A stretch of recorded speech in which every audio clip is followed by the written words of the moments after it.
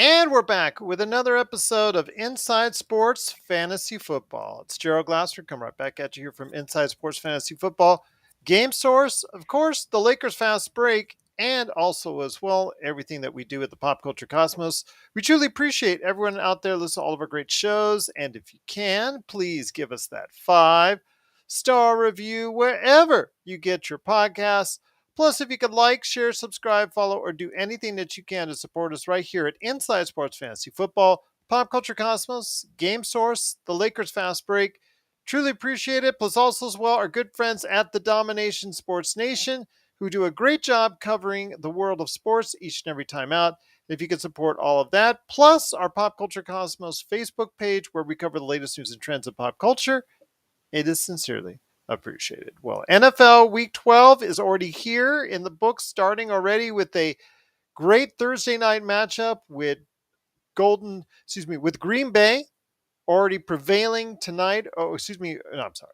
With Tennessee, yes, the Titans. With Tennessee, the Titans prevailing over the Green Bay Packers 27-17 in a very fun-filled matchup where I even got to see Derrick Henry throw a jump pass per se. That was obviously for individuals who have him on his team, who have him on their team, who have him on their team. Looks like it's going to be a great game for them, a great start for them as far as that's concerned. But it is a really good matchup as far as that happened. Of course, 27-17. Still some problems there for Aaron Rodgers. I know that's a lot of issues going on for him. He's not had quite the season that he'd have hoped for, but be that as it may, NFL Week 12 this weekend looks like a lot of great matchups. And here today to discuss that, as far as for your fantasy team, the playoff drive begins for many fantasy football teams and owners out there who are looking to go ahead and either get the ship right before the playoffs begin and get into the playoffs,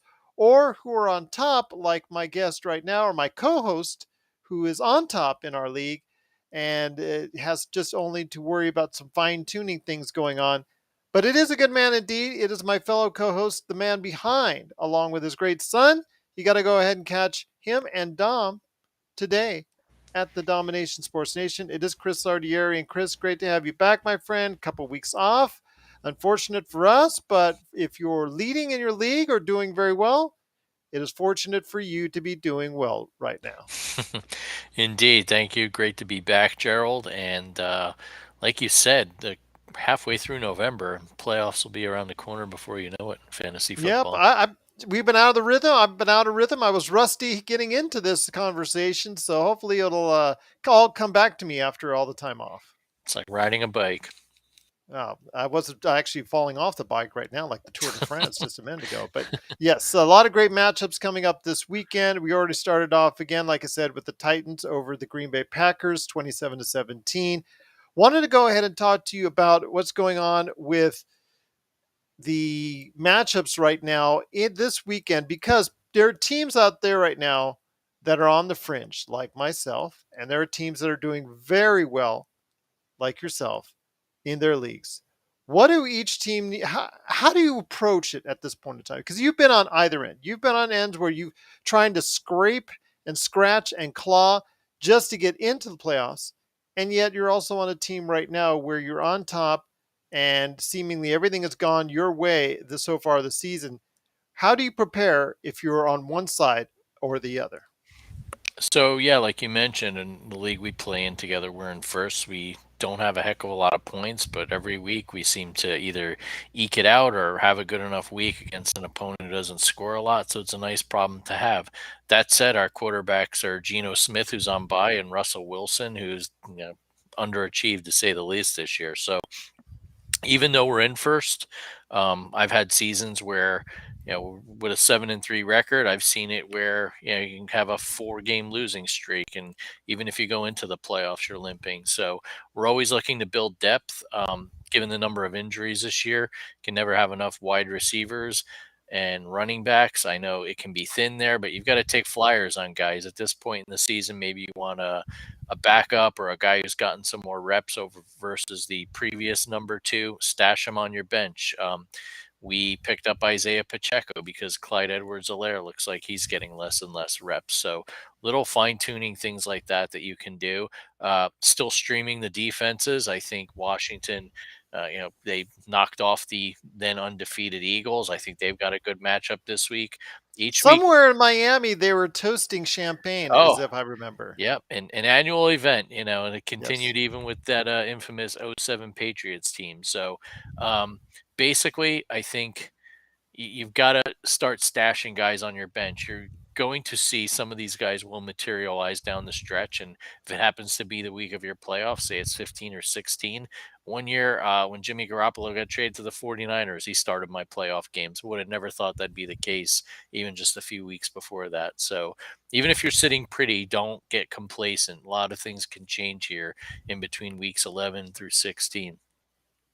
Well, again, it's something that we're going to be keeping an eye on as far as all the tracks, all the movements, as far as in the league that's going on. Obviously, everything going on as far as what in fantasy football as we get closer and closer to the playoffs.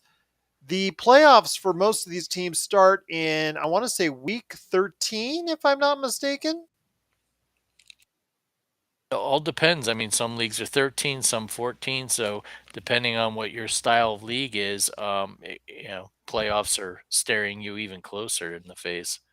Absolutely, that they are, that they are. So let me ask you this. Let's say you are a struggling team, a team that's maybe around 500, a team that's still very much in the thick of things. I know in our league, if you're right around 500, you're actually in the thick of it. You can just one game separates second place from ninth place. So I want to ask you this: when it comes to a team like that, where one win can make all the difference, what do you need to go ahead and do to make that sure you can get some consistency heading into the playoffs? You basically have to not miss on any of your lineup decisions at that point in time. And, as we've got buys still lingering for the next few weeks, some of those decisions are easy. But for instance, tonight in our league, we picked up Christian Watson earlier in the week, and Aaron Rodgers clearly has some camaraderie with him, even though the Packers aren't playing well. He caught 2 touchdowns tonight. So you need to not only just look at the projections, but really study which players are getting targets or carries, which quarterbacks have good rapport with which receivers. Frankly, if you're streaming kickers, look and see. There are a lot more stats available now to see how guys are been performing and hitting from certain ranges and field goals. I mean, I hate to say it, but a kicker or defense could even make the difference in you making the playoffs or not. So don't take anything lightly. Really do your homework. And if you make the wrong decision, start someone that looked like a good play, there's not much you can do. Don't beat yourself up over that. I've done that in the past, but if it looked good on paper and it doesn't materialize, the football gods got a hold of it. There wasn't much you could do. Once again, I'm speaking to my fellow host, Chris Lardieri. He's from the Dom-Ination Sports Nation. You got to go ahead and check out what he and his son are doing today, wherever you get your podcasts. One of the things I did want to ask you is when you look at it, the landscape, again, the playoffs are coming up very soon for most of these leagues. You just cannot take, like you said, anything for granted.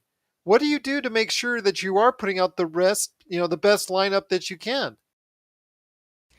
Got to play matchups. I mean, in the league where we're in first, we've got Geno Smith and Russell Wilson at quarterback, like I alluded to, and just you have to look week to week. I mean, Geno going to Germany last week on paper, you think, well, maybe not the most ideal situation traveling, what was it, 9,000 miles, but he got you 2 touchdowns. So at that point, you've got to use some football common sense and logic. And uh, the other thing, too, I would say is, I mentioned Watson. He had a nice game on Sunday, but there are going to be times where a receiver comes out of the blue or a running back gets a lot of touches, gets you a lot of fantasy points. It doesn't automatically mean they're a week to week start.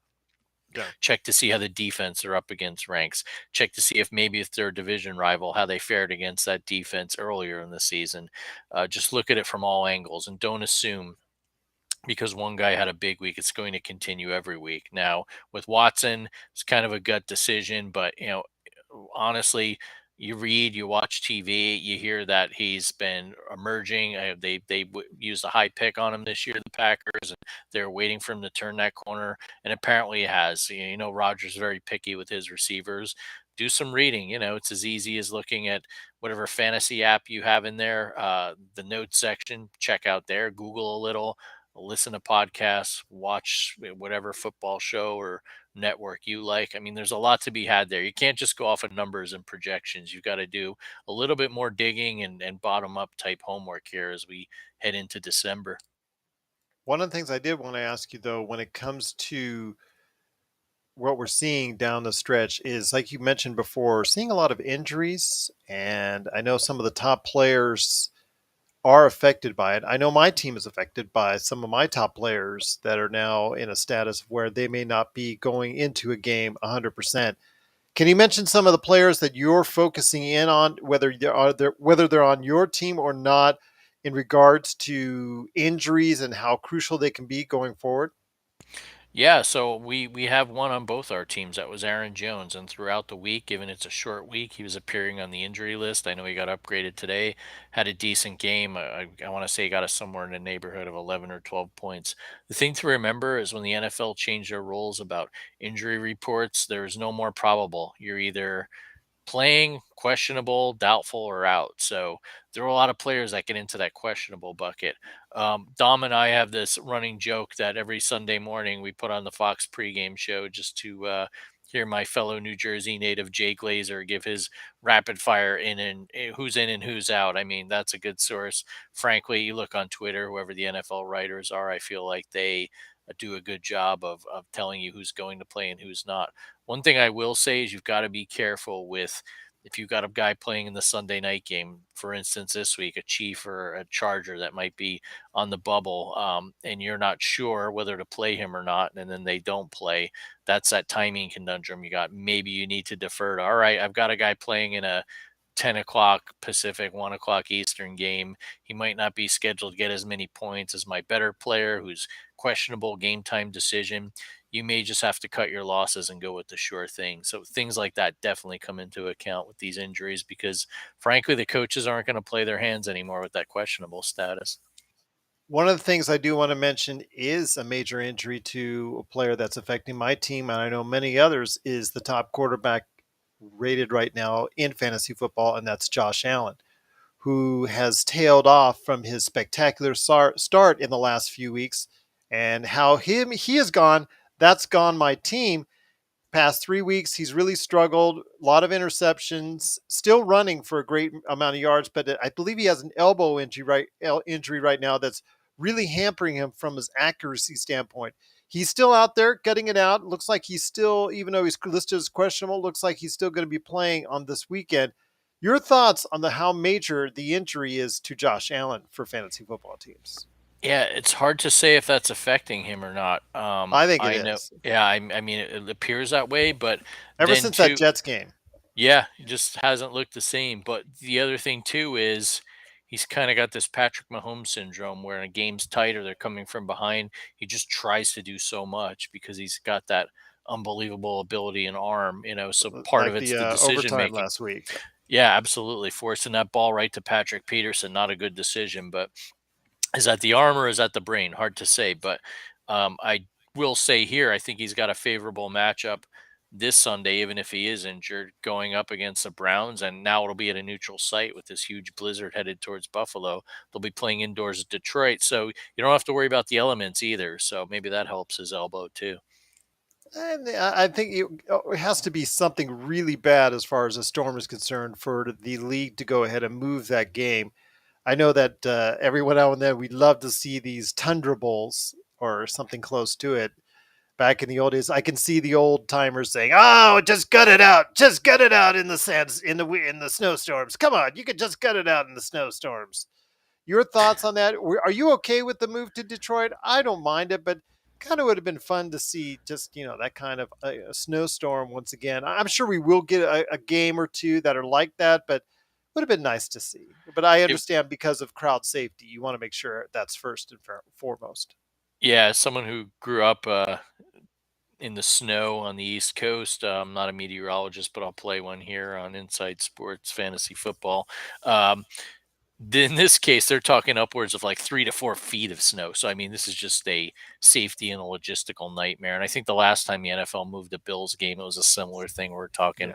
multiple feet of snow. But, been to games where you get those, even if it's just 3 to 6 inches, and they're fun. And as long as the fans and players can get in and out of the stadium safely, I say all for it. But this is like one in a generation type storms. I mean, I saw in the news tonight the governor of New York shutting down the New York State Thruway in certain sections, and We're trucks are seeing a just lot kind of of those hunkering down. more of those one in the generation type deals. Weather-wise, I'll just leave Yeah, it at that. I'll yeah, just they're leave it at that. becoming more like once a decade or once a Yeah, season.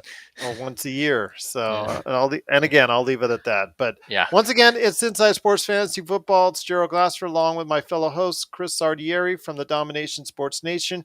Before we head on out, wanted to go ahead and talk about real quick the matchups in Week 12. We're already to Week 12, my friends. So I wanted to hear your thoughts. Are there any that are sticking out to you right now for NFL Week 12?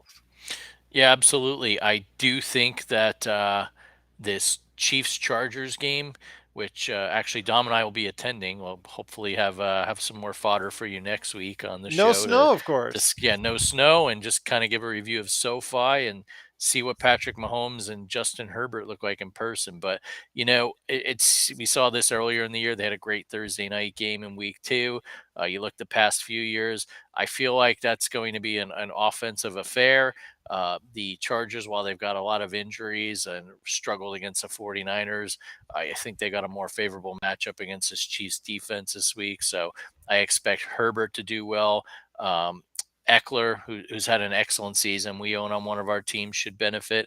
And then, too, I mean, the with Mahomes, he's going to spread the ball. Hard to say who it'll be. I mean, Kelsey's fairly a given, but look, former Giant Kadarius Toney, who literally sulked his way out of the Meadowlands to get to KC, caught a touchdown last week, and I think that could be a trend that continues as Mahomes gets more of a rapport with him. Absolutely. So NFL Week 11 will be something very good as far as matchups are concerned. Looking forward to it. Looking forward to seeing all the action taking place. Of course, we talked about the move for the Bills having to move over to Detroit in order to go ahead and play their game. Plus, like you talked about, you got a game coming up against that you're going to go ahead and see as far as the Chargers are concerned. So I know you're excited about that. That's actually Sunday night, correct? Yeah, they flex it to Sunday night, first one of the season to move. There you go. All right, all good on that one. No snow needed there, that's for sure. At SoFi, but hoping you and your son will have a great time doing it. As far as covering, and maybe you could share our thoughts on the game on next week's episode. I do want to say that I am looking forward to a game in regards to I'd say the Jets and the Patriots. I'd say the Jets and the Patriots is probably the key matchup, I think, as far as two teams that are probably right around each other, close to each other. They're both above 500, both trying to position themselves for a playoff spot. I think that both, especially in the Patriots case, and you could probably say for the Jets case too, they're playing a little bit over their heads. So I think right now it'll be interesting, but you never know. I really like with the Jets and what they're doing ever since they showcased themselves against the Bills, who many still predict are a team that can make the Super Bowl run. So I think with a good win here on the road at New England, I think they can solidify themselves as a true playoff team.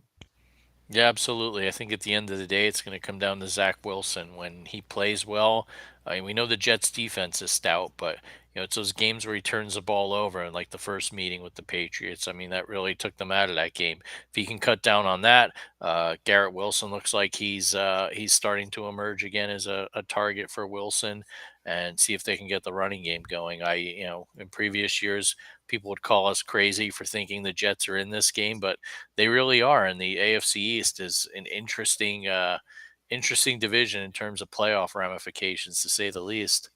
Fool's gold for NFL Week 11 when it concerns the Colts, as far as doing, maybe two in a row for new coach Jeff Saturday, because the Eagles, who are going to be very angry heading into Indianapolis because they just had their first loss of the season. You see any good outcome there for the Colts? I do not. I think while it was a great and interesting story about Saturday winning his coaching debut on last Sunday. Ha ha ha. To like you said, the Eagles are going to be pretty ticked off, and let's face it, that was a Colts victory as much as it was yet another Raiders loss, giving the game away. So. Not as optimistic, even though the game's in Indy. I think the Eagles are going to be. Let's face it. Now the NFC East race is getting tight, and they're aware of that. They've got the Cowboys and the Giants breathing down their neck with no room for error. This is true. This is true indeed. But once again, it is Chris Lardieri, my fellow host. You can catch him and his awesome son, Dom, today at the Dom-Ination Sports Nation, wherever you get your podcasts.